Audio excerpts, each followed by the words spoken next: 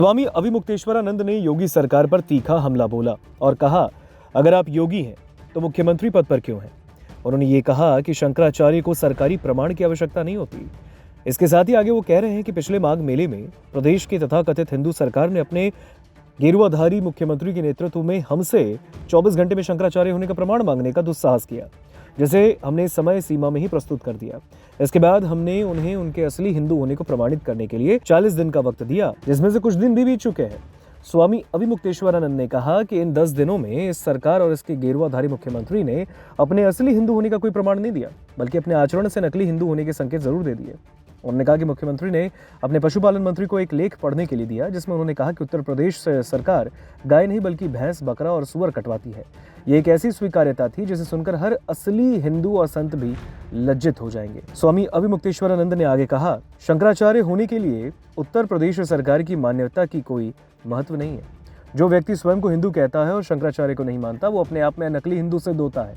उन्होंने ये भी कहा कि आदि शंकराचार्य ने मठामनाय महानुशासन में कहा है कि धर्म ही मनुष्यों का मूल है और वह आचार्य पर अवलंबित है। स्वामी अभिमुक्तेश्वरानंद ने केंद्रीय बजट 2026 को लेकर भी प्रतिक्रिया दी और कहा कि जो मांस निर्यातकों को अतिरिक्त ड्यूटी फ्री छूट दे रहा है, उन्होंने सवाल उठाया है कि क्या एक असली हिंदू के लिए जीव हिंसा को बढ़ावा देने वाला बजट ऐतिहासिक विकास का पैमाना हो सकता है।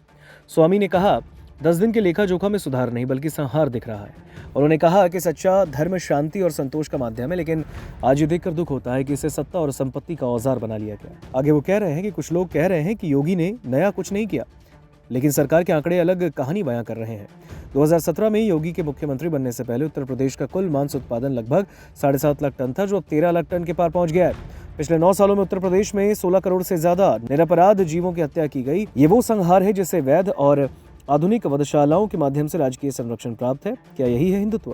क्या इसे संतत्व और महंतत्व कहा जा सकता है? स्पष्ट है कि यह शासन हिंदूवादी मुखौटे के पीछे केवल वोट के लिए गौ भक्ति का प्रदर्शन करता है, जबकि राजस्व के लिए वधशालाओं को बढ़ावा दे रहा है। अगर इस तरह की, चाहे कोई हो, कोई भी सन्यासी हो, शंकराचार्य से ऊपर सनातन धर्म में नहीं है, और जब नहीं है तो उसको शंकराचार्यों के निर्णय देने के पहले बोलने का अधिकार है। लेकिन जब शंकराचार्यों का निर्णय हो गया, उसके बाद बोलने का उसको कोई अधिकार नहीं। इसलिए अगर कोई उसके बाद भी बोलता है, इसका मतलब है कि वो अपने गुरुओं का अपमान कर रहा है। ये ठीक नहीं।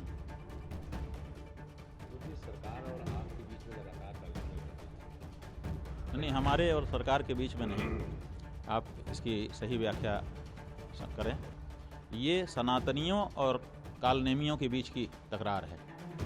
जो शुद्ध सनातनी है, एक पक्ष उनका है और एक पक्ष उनका है जो बेचही वेद धर्म दुहिले ही, जो धर्म का धंधा करने वाले लोग हैं, धर्म का लाभ कमा करके सत्ता में आने वाले लोग हैं, उनका।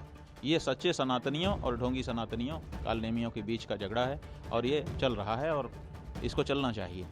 इसलिए चलना चाहिए कि इसी से जनता को पता चलेगा कि उनके बीच में कालनेमी कैसे घुस करके आ गए।